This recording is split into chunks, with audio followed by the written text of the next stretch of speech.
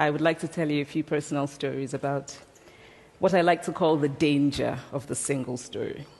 I thought about this when I left Nigeria to go to university in the United States. I was 19. My American roommate was shocked by me.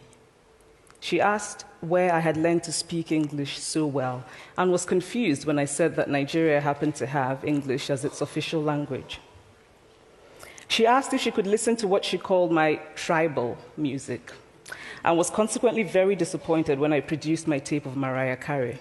So after I had spent some years in the US as an African, I began to understand my roommate's response to me.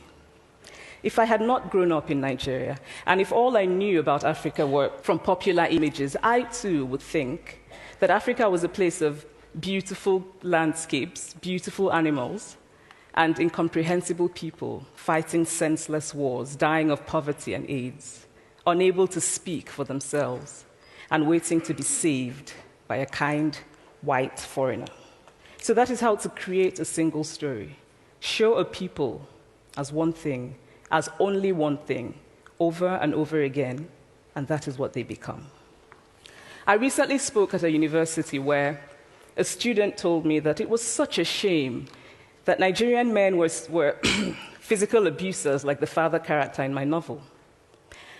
I told him that I had just read a novel called American Psycho, and that it was such a shame that young Americans were serial murderers.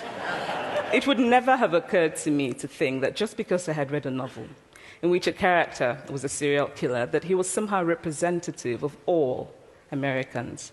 And now this is not because I'm a better person than that student, but because of America's cultural and economic power, I had many stories of America. I had read Tyler, Updike, and Steinbeck, and Gateskill.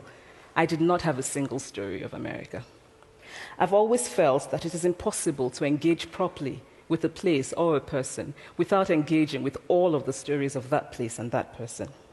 The consequence of the single story is this: it robs people of dignity. It makes our recognition of our equal humanity difficult. It emphasizes how we are different rather than how we are similar.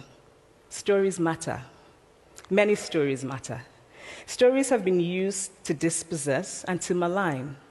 But stories can also be used to empower and to humanize. Stories can break the dignity of a people, but stories can also repair that broken dignity.